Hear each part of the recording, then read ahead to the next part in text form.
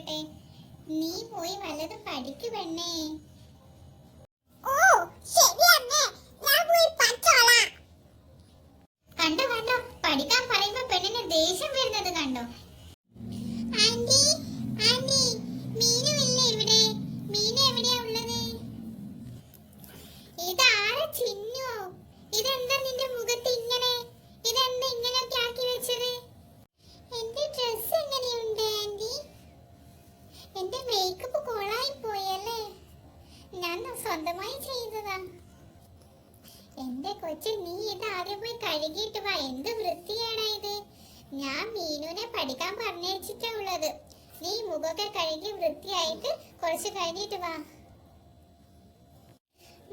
എന്നാ ശരി ആന്റി, ഞാൻ മുഖമൊക്കെ വൃത്തിയാക്കിയിട്ട് വരാം.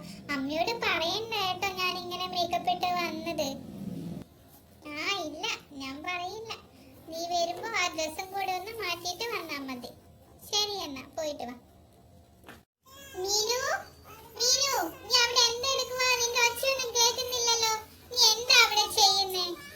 ആഹാ, നീ ഇവിടെ സാനു ചേച്ചിയുടെ വീഡിയോ കണ്ടിരിക്കുവാണോ? നിന്നെ എന്ത് പറഞ്ഞിട്ടാ ഞാൻ ഇവിടെ പറഞ്ഞയച്ചത്? അയ്യോ അമ്മ, ഞാൻ എന്ത് ചെയ്യും ഇപ്പോ? നിന്നോട് ഞാൻ ഫോൺ കളിക്കാനാണോ പറഞ്ഞത്? അച്ഛൻ വരട്ടെ, നിന്നെ ശരിയാക്കി തരാമെന്ന്. അയ്യോ അമ്മ, അച്ഛനോട് പറയല്ലേ, ഞാൻ